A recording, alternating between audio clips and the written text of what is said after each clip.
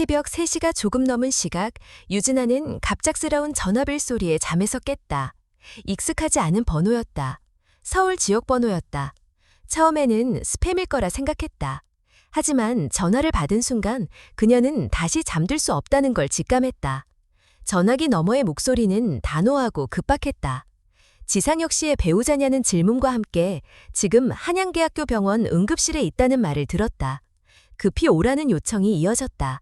그녀는 한동안 아무 말도 하지 못했다.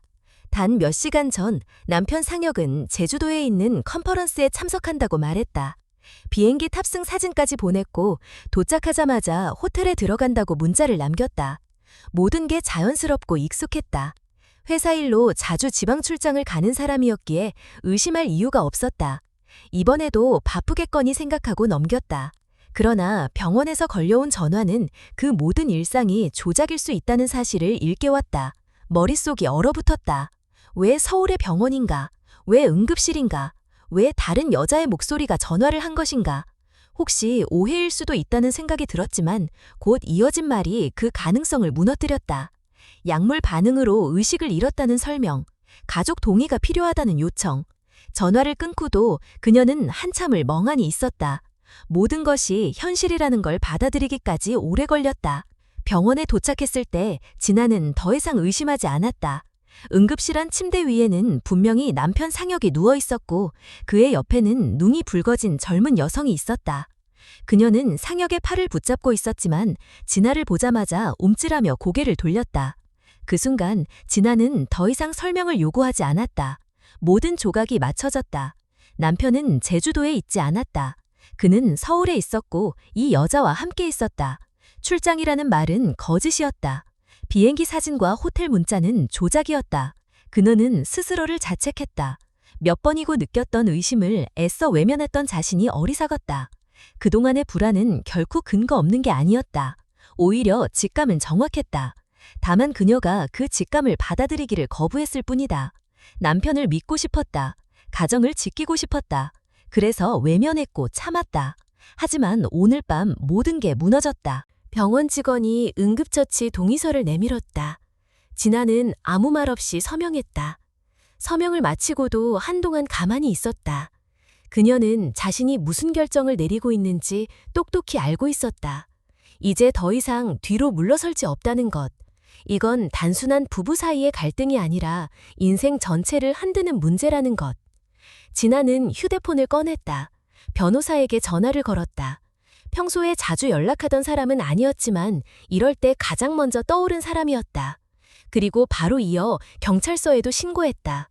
어떤 일이 벌어졌는지 구체적인 설명은 차차 하기로 하고 먼저 병원으로 와달라고 했다. 감정은 뒤로 미뤘다.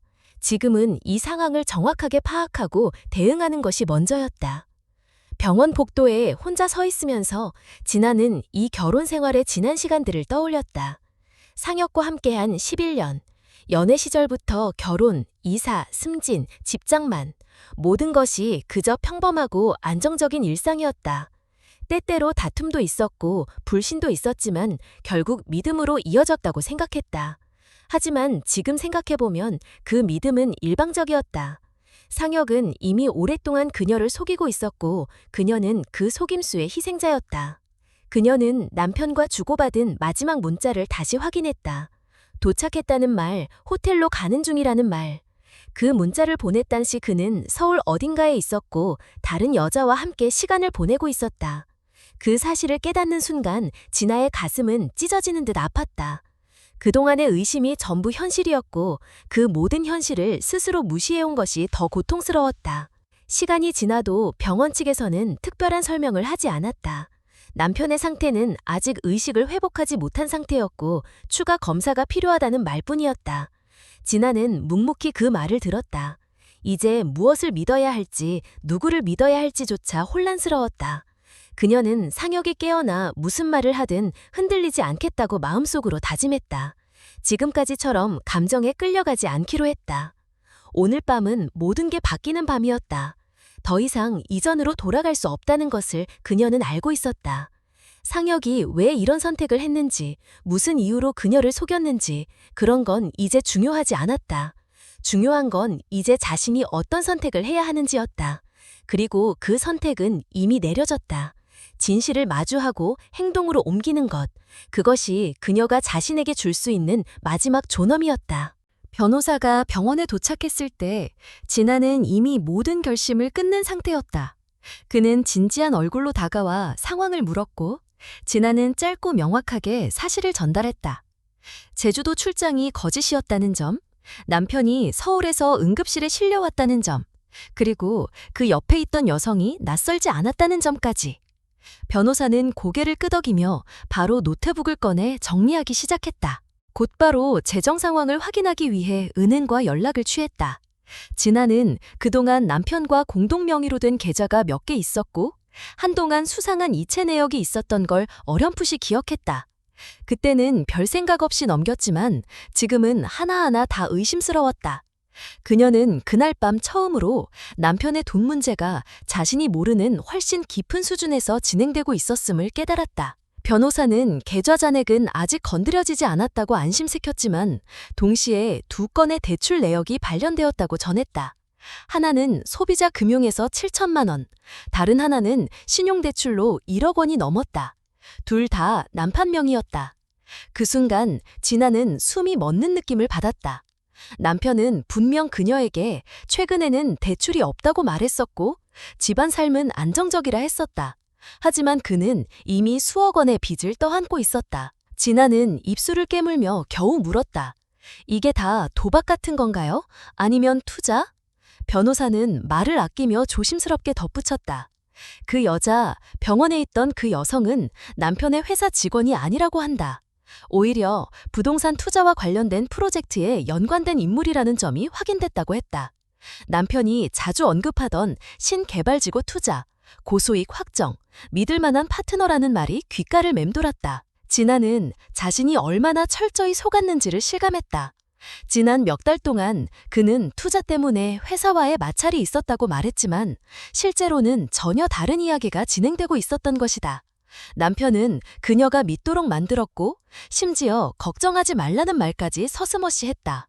하지만 그 이면에는 거대한 빚과 불투명한 관계, 거짓말의 연속이 있었다. 그녀는 차가운 목소리로 말했다. 당장 공동계좌 전부에 대해 일시정지 조치를 취해주세요. 그리고 남편 명의의 부동산이나 차량, 기타 자산에 대해 조회를 요청합니다. 변호사는 진아의 목소리에서 흔들림을 느끼지 못했다. 오히려 놀랄 만큼 침착하고 단호했다. 그는 고개를 끄덕이고 즉시 동료에게 전화를 걸어 조치를 취했다. 진아는 더 이상 기다리지 않기로 했다. 감정을 정리하거나 시간을 들여 용서를 고민할 여유가 없었다. 그녀는 스스로에게 말했다. 이 결혼은 끝났다고. 최소한 이 순간부터는 그녀가 자신을 지켜야 했다. 그것이 아이가 없다는 사실에 처음으로 감사하게 느껴진 밤이었다. 그녀는 더 이상 누구에게도 설명할 필요가 없었다.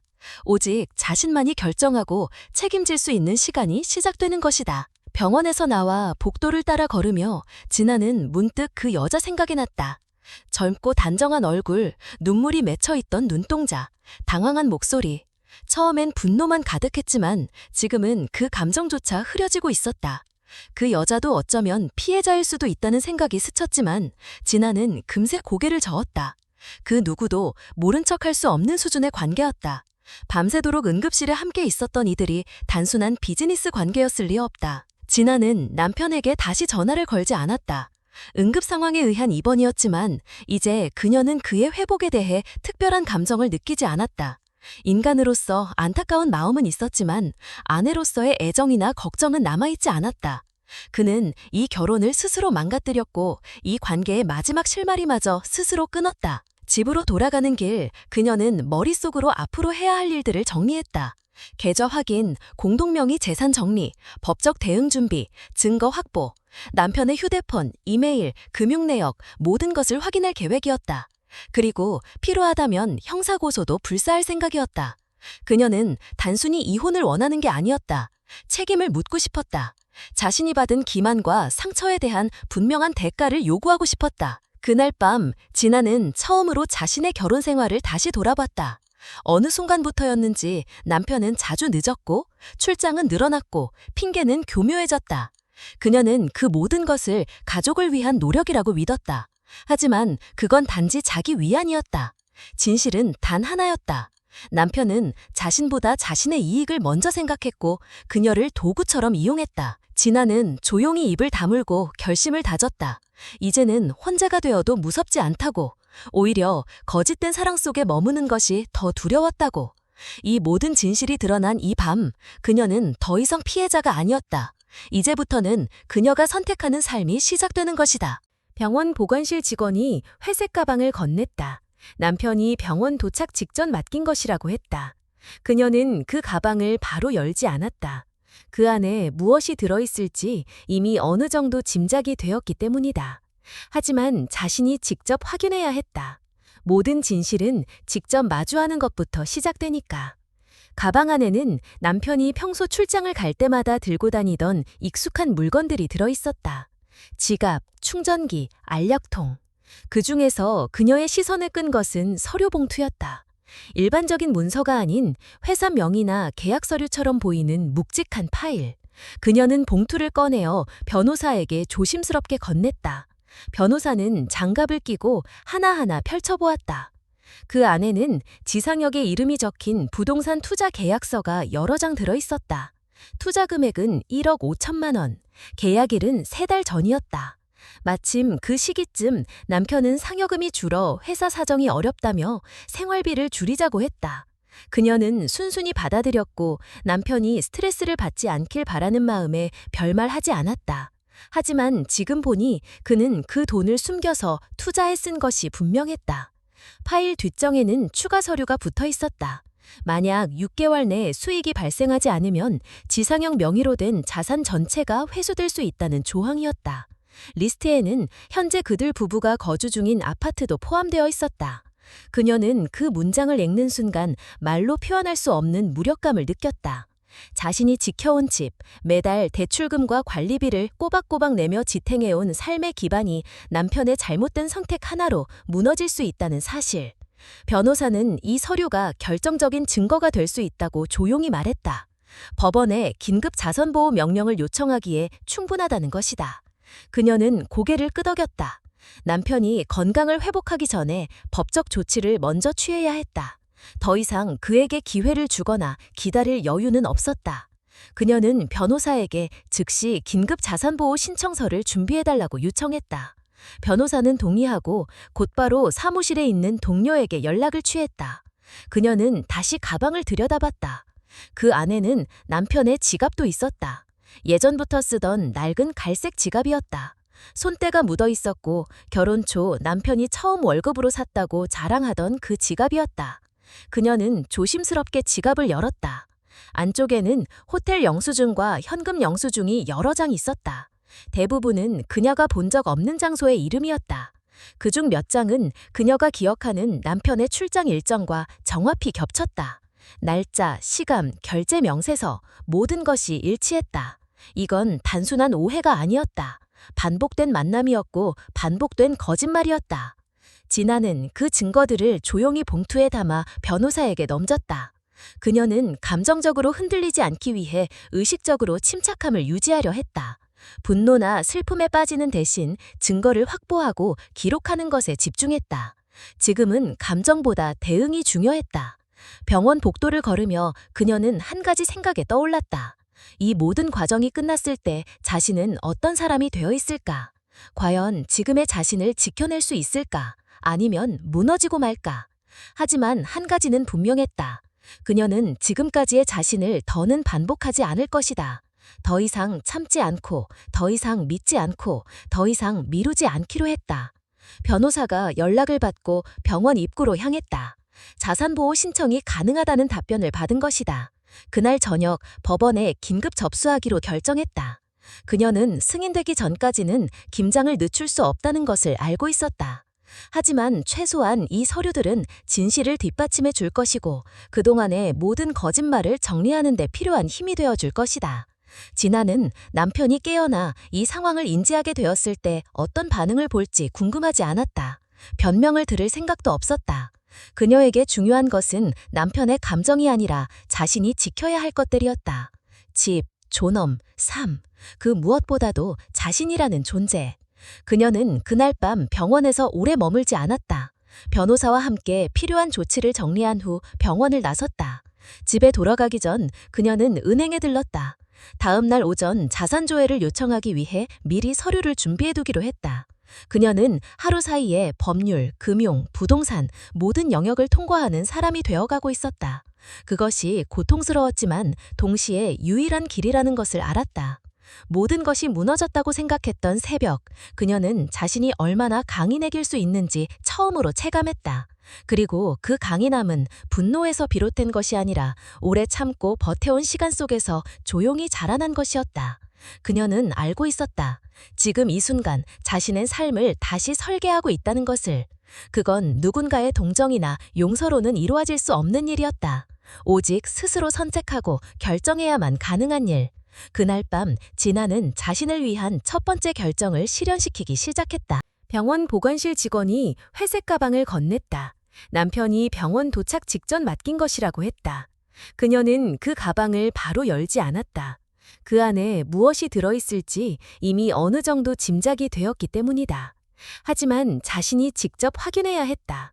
모든 진실은 직접 마주하는 것부터 시작되니까. 가방 안에는 남편이 평소 출장을 갈 때마다 들고 다니던 익숙한 물건들이 들어있었다. 지갑, 충전기, 알약통. 그 중에서 그녀의 시선을 끈 것은 서류 봉투였다. 일반적인 문서가 아닌 회사 명의나 계약 서류처럼 보이는 묵직한 파일. 그녀는 봉투를 꺼내어 변호사에게 조심스럽게 건넸다. 변호사는 장갑을 끼고 하나하나 펼쳐보았다. 그 안에는 지상혁의 이름이 적힌 부동산 투자 계약서가 여러 장 들어있었다. 투자 금액은 1억 5천만 원, 계약일은 3달 전이었다. 마침 그 시기쯤 남편은 상여금이 줄어 회사 사정이 어렵다며 생활비를 줄이자고 했다. 그녀는 순순히 받아들였고 남편이 스트레스를 받지 않길 바라는 마음에 별말하지 않았다. 하지만 지금 보니 그는 그 돈을 숨겨서 투자에 쓴 것이 분명했다. 파일 뒷정에는 추가 서류가 붙어 있었다. 만약 6개월 내 수익이 발생하지 않으면 지상혁 명의로 된 자산 전체가 회수될 수 있다는 조항이었다. 리스트에는 현재 그들 부부가 거주 중인 아파트도 포함되어 있었다. 그녀는 그 문장을 읽는 순간 말로 표현할 수 없는 무력감을 느꼈다. 자신이 지켜온 집, 매달 대출금과 관리비를 꼬박꼬박 내며 지탱해온 삶의 기반이 남편의 잘못된 선택 하나로 무너질 수 있다는 사실. 변호사는 이 서류가 결정적인 증거가 될 수 있다고 조용히 말했다. 법원에 긴급 자선보호 명령을 요청하기에 충분하다는 것이다. 그녀는 고개를 끄덕였다. 남편이 건강을 회복하기 전에 법적 조치를 먼저 취해야 했다. 더 이상 그에게 기회를 주거나 기다릴 여유는 없었다. 그녀는 변호사에게 즉시 긴급 자산보호 신청서를 준비해달라고 요청했다. 변호사는 동의하고 곧바로 사무실에 있는 동료에게 연락을 취했다. 그녀는 다시 가방을 들여다봤다. 그 안에는 남편의 지갑도 있었다. 예전부터 쓰던 낡은 갈색 지갑이었다. 손때가 묻어 있었고 결혼 초 남편이 처음 월급으로 샀다고 자랑하던 그 지갑이었다. 그녀는 조심스럽게 지갑을 열었다. 안쪽에는 호텔 영수증과 현금 영수증이 여러 장 있었다. 대부분은 그녀가 본 적 없는 장소의 이름이었다. 그중 몇 장은 그녀가 기억하는 남편의 출장 일정과 정확히 겹쳤다. 날짜, 시간, 결제 명세서, 모든 것이 일치했다. 이건 단순한 오해가 아니었다. 반복된 만남이었고 반복된 거짓말이었다. 진아는 그 증거들을 조용히 봉투에 담아 변호사에게 넘겼다. 그녀는 감정적으로 흔들리지 않기 위해 의식적으로 침착함을 유지하려 했다. 분노나 슬픔에 빠지는 대신 증거를 확보하고 기록하는 것에 집중했다. 지금은 감정보다 대응이 중요했다. 병원 복도를 걸으며 그녀는 한 가지 생각에 떠올랐다. 이 모든 과정이 끝났을 때 자신은 어떤 사람이 되어 있을까? 과연 지금의 자신을 지켜낼 수 있을까? 아니면 무너지고 말까? 하지만 한 가지는 분명했다. 그녀는 지금까지의 자신을 더는 반복하지 않을 것이다. 더 이상 참지 않고, 더 이상 믿지 않고, 더 이상 미루지 않기로 했다. 변호사가 연락을 받고 병원 입구로 향했다. 자산보호 신청이 가능하다는 답변을 받은 것이다. 그날 저녁 법원에 긴급 접수하기로 결정했다. 그녀는 승인되기 전까지는 김장을 늦출 수 없다는 것을 알고 있었다. 하지만 최소한 이 서류들은 진실을 뒷받침해 줄 것이고 그동안의 모든 거짓말을 정리하는 데 필요한 힘이 되어 줄 것이다. 진아는 남편이 깨어나 이 상황을 인지하게 되었을 때 어떤 반응을 볼지 궁금하지 않았다. 변명을 들을 생각도 없었다. 그녀에게 중요한 것은 남편의 감정이 아니라 자신이 지켜야 할 것들이었다. 집, 존엄, 삶, 그 무엇보다도 자신이라는 존재. 그녀는 그날 밤 병원에서 오래 머물지 않았다. 변호사와 함께 필요한 조치를 정리한 후 병원을 나섰다. 집에 돌아가기 전 그녀는 은행에 들렀다. 다음 날 오전 자산조회를 요청하기 위해 미리 서류를 준비해두기로 했다. 그녀는 하루 사이에 법률, 금융, 부동산 모든 영역을 통과하는 사람이 되어가고 있었다. 그것이 고통스러웠지만 동시에 유일한 길이라는 것을 알았다. 모든 것이 무너졌다고 생각했던 새벽, 그녀는 자신이 얼마나 강인해질 수 있는지 처음으로 체감했다. 그리고 그 강인함은 분노에서 비롯된 것이 아니라 오래 참고 버텨온 시간 속에서 조용히 자라난 것이었다. 그녀는 알고 있었다. 지금 이 순간 자신의 삶을 다시 설계하고 있다는 것을. 그건 누군가의 동정이나 용서로는 이루어질 수 없는 일이었다. 오직 스스로 선택하고 결정해야만 가능한 일. 그날 밤 진아는 자신을 위한 첫 번째 결정을 실현시키기 시작했다. 다음 날 오전 지상혁이 의식을 되찾았다는 연락을 받았다. 병원에서 회복 중인 환자가 보호자와 면담을 원한다는 요청이 있었다. 진아는 아무 말 없이 병원으로 향했다. 마음속은 이상하리만큼 고요했다. 만나야 한다면 지금이 적기였다. 어떤 감정도 섞지 않고 어떤 기대도 없이 오직 끝내짐을 위한 대면. 병실 문을 열자 지상혁은 침대에 반쯤 기댄 채 그녀를 바라보고 있었다. 말이 먼저 나오지 않았고 눈빛부터 흔들렸다. 그녀는 잠시 그 얼굴을 바라보았다. 낯설었다. 익숙해야 할 얼굴인데도 지금은 아무런 감정이 떠오르지 않았다. 지상혁은 숨을 고르고 말을 시작했다. 미안하다는 말부터 꺼냈다. 변명도 덧붙였다. 어쩌다 이렇게 됐는지 자신도 감당이 안 됐다는 말이었다. 진아는 그 말을 조용히 들었다. 그의 입에서 나오는 한 단어 한 단어가 진심인지 아닌지 판단하려 하지 않았다. 이미 판단은 끝났고 그녀가 들은 건 단지 하나의 마무리 절차일 뿐이었다. 지상혁은 다시 한번 용서를 구했다. 돈 문제도 여자 문제도 모두 끝내고 돌아오고 싶었다고. 아직도 가정을 지키고 싶다고. 지금이라도 다시 시작할 수 있지 않겠느냐고 말했다. 그녀는 잠시 눈을 감았다가 다시 떴다.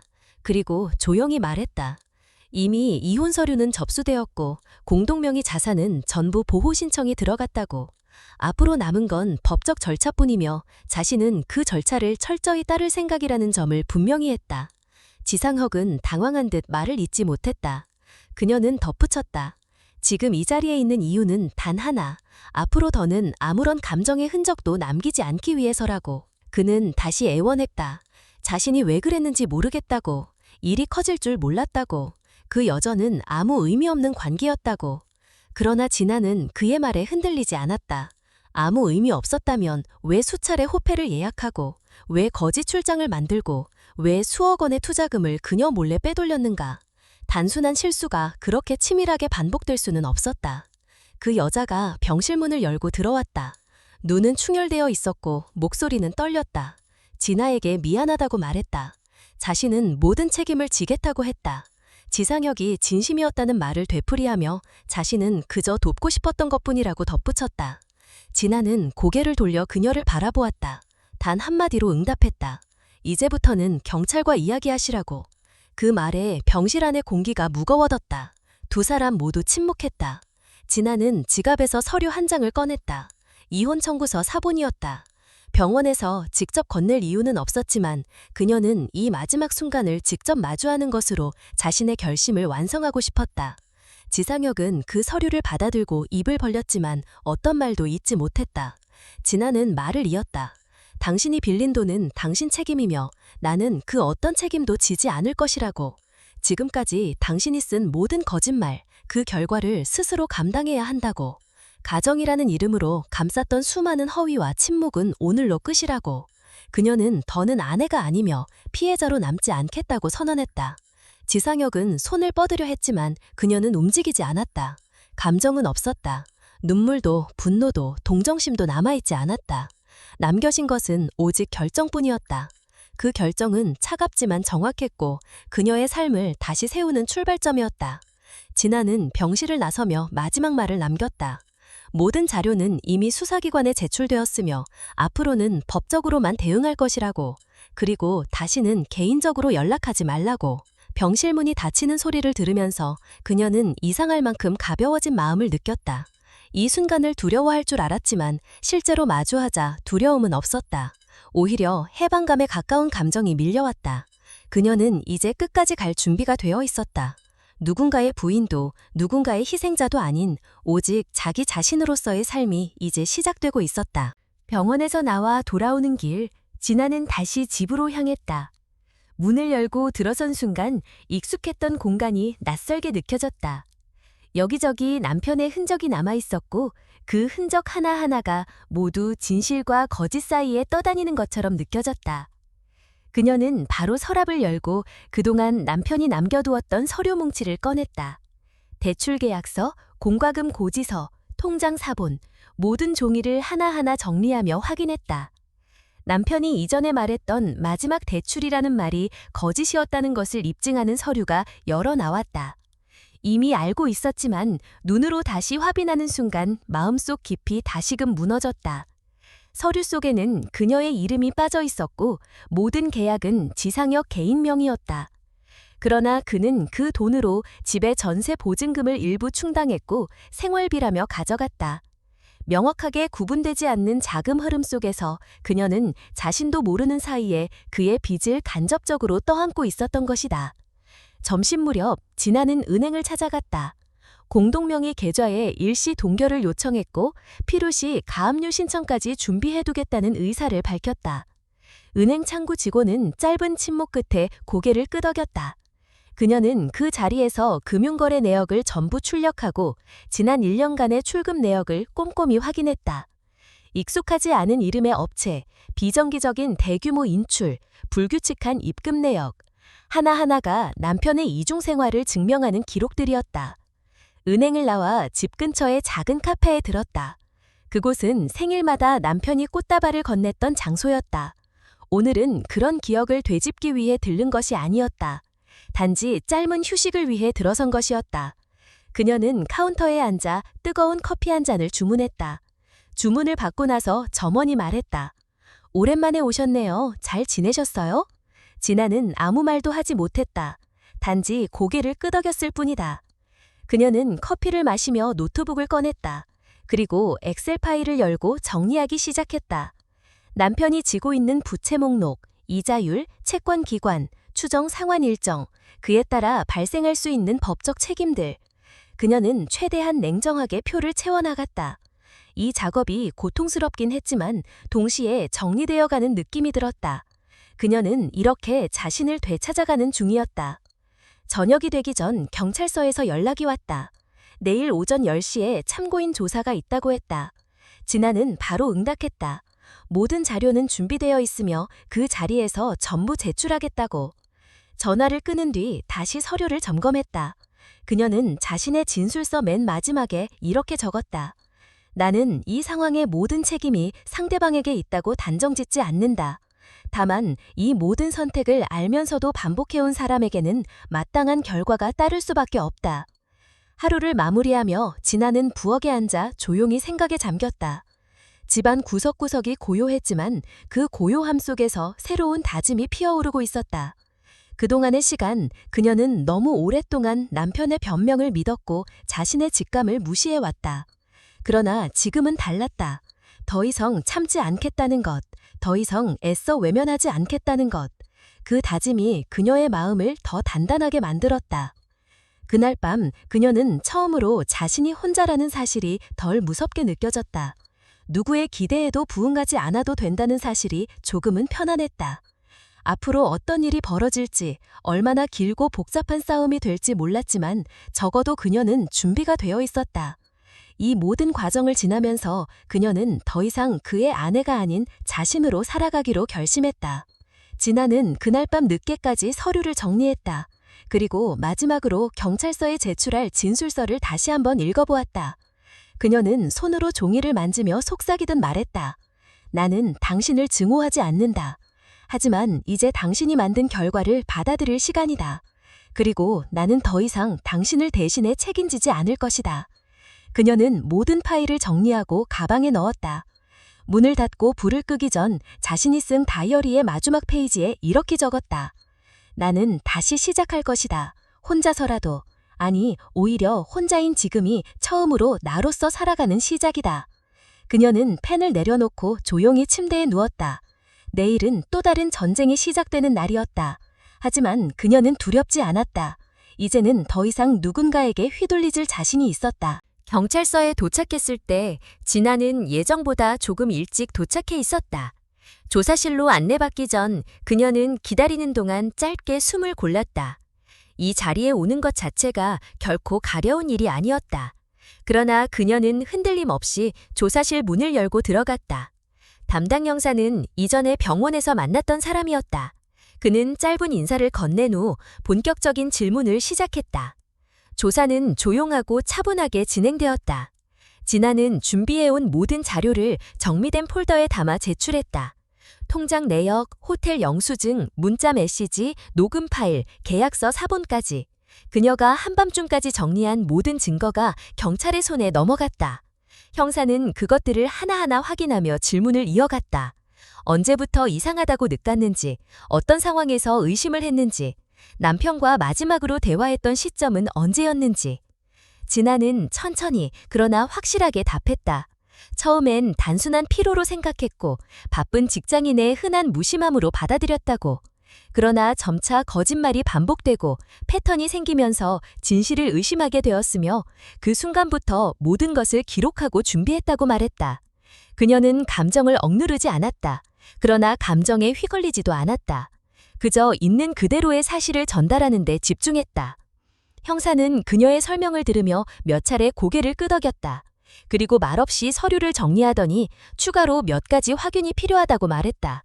특히 문제의 여성과 남편 사이의 자금 거래 내역과 부동산 계약을 중개한 업체의 실제 존재 여부에 대해 수사가 진행 중이라고 했다. 진아는 조용히 대답했다. 협조하겠다고, 무엇이든 도울 준비가 되어 있다고. 진술이 끝난 후 형사는 조심스럽게 말을 꺼냈다. 생각보다 빠르게 사건이 진전되고 있다는 점, 그리고 진아가 제출한 자료들이 사건의 핵심 증거로 작용할 수 있다는 점을 설명했다. 그녀는 잠시 말없이 그 말을 들었다. 의미 없는 위로가 아니란 걸 알 수 있었다. 이 사업이 단지 개인적인 고통의 기록이 아니라 법적으로도 중요한 진실을 드러내는 과정임을 실감하는 순간이었다.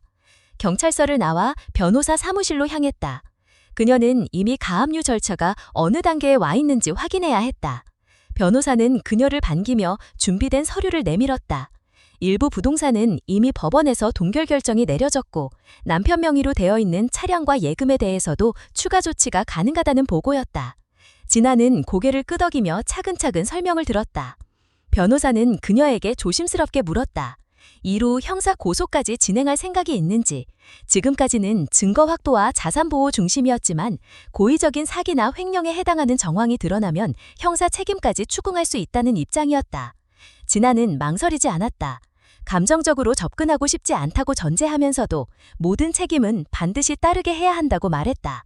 그리고 그 책임에는 법적 판단이 포함된다는 점을 분명히 했다. 그녀는 더 이상 망설이지 않았다.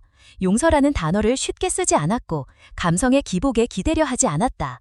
너무 오랫동안 침묵했고 너무 오래 희생했다.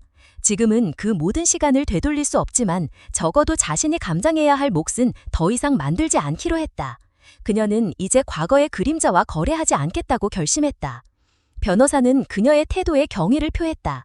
누구나 감정에 무너질 수 있는 상황이지만 진아는 자신을 잃지 않고 있었다. 그녀는 고개를 숙이지도 고개를 높이지도 않았다. 다만 균형 있게, 정확하게, 그리고 담담하게 앞을 바라보고 있었다.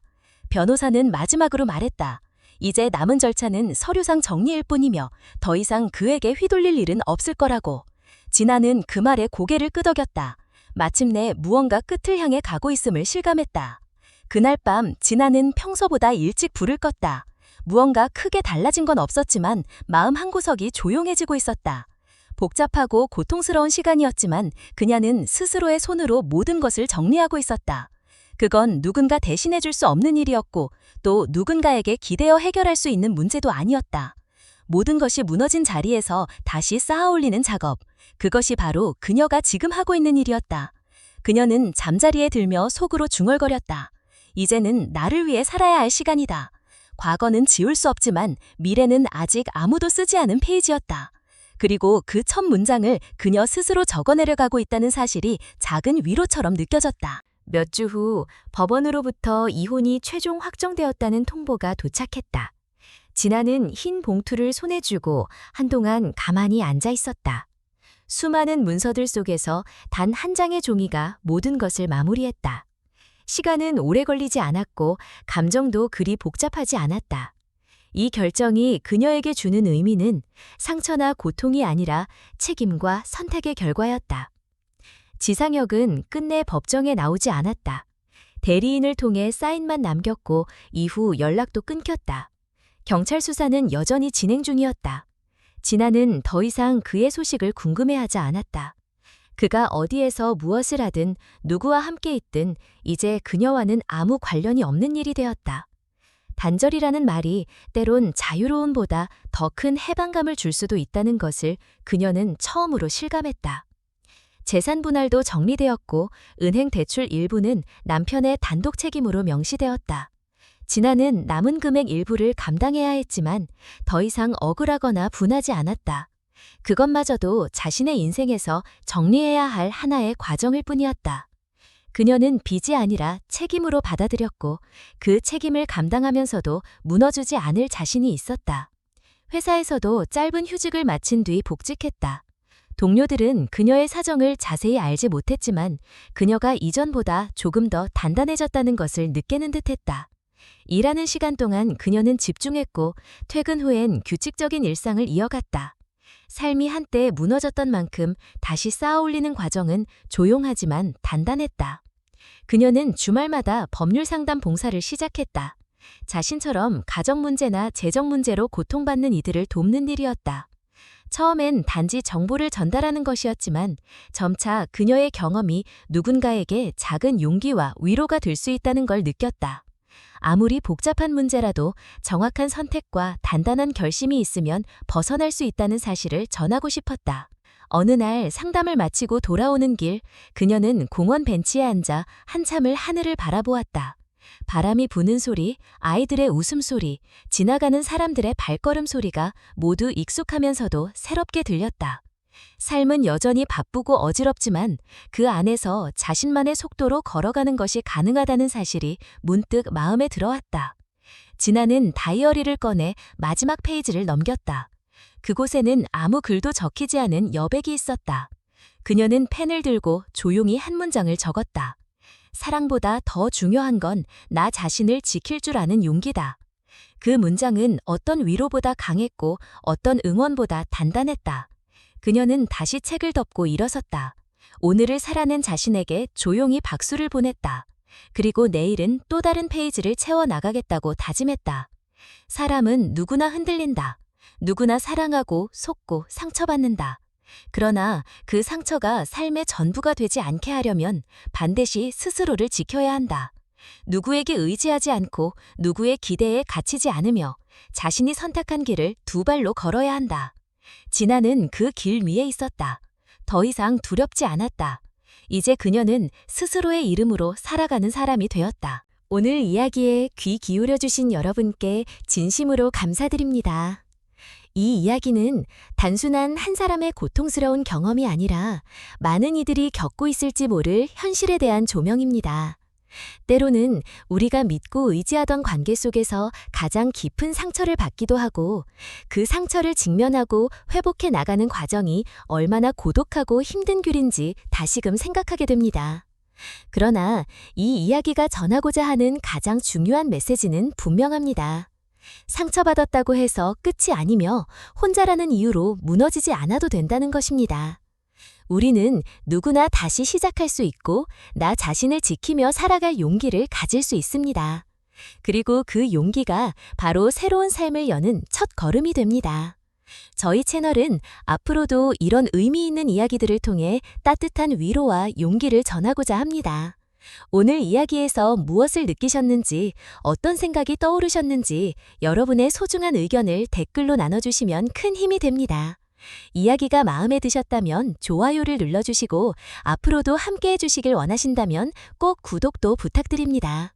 여러분 한 분 한 분의 관심이 저희에게는 큰 응원이 됩니다. 진심으로 감사드립니다.